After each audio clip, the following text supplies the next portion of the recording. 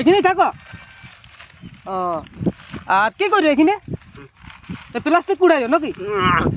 ও, আসলে কথা বলতে পারে নাই, বোবা বটে ভাই। এখন আমি যে জায়গায় রয়েছি সেই জায়গাটা হচ্ছে লধুরকা জৈনগরের একদম মাঝ বরাবর একটা স্থান।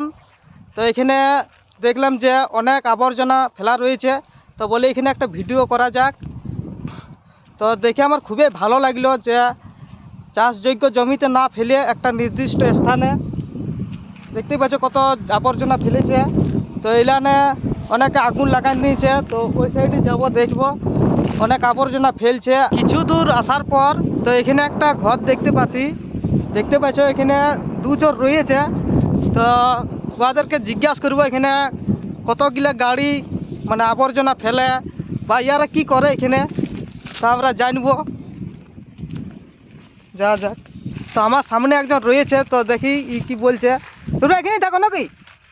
এখানেই থাকো? ও, আর কি করো এখানে? প্লাস্টিক কুড়াইও নাকি? ও, আসলে কথা বলতে পারে নাই, বোবা বটে। ঠিক আছে। তো গাড়ি কতগুলো আছে এখানে? 5টা গাড়ি।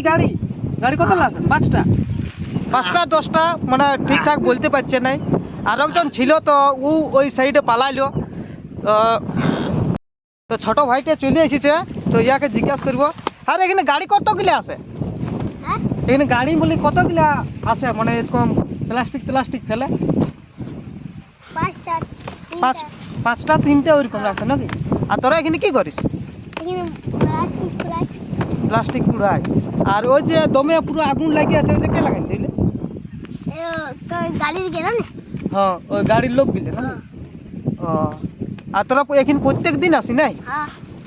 ও, আর তোরা দুজনেই থাকে, আর কে থাকে না? আরো লোক আছে প্লাস্টিক কুড়াইতে নাকি? আর প্লাস্টিকে তোরা প্রত্যেক দিন কত করে মানে কত হয় তোদের প্লাস্টিক কুড়াই?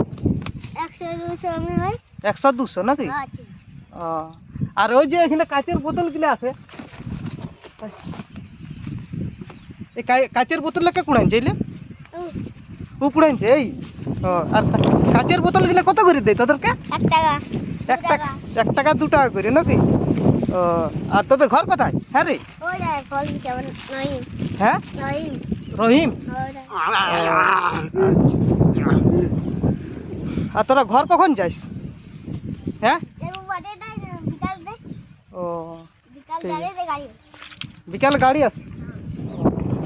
ঠিক আছে, গাড়ি তোরা চলে যাই তাহলে প্লাস্টিক নাকি?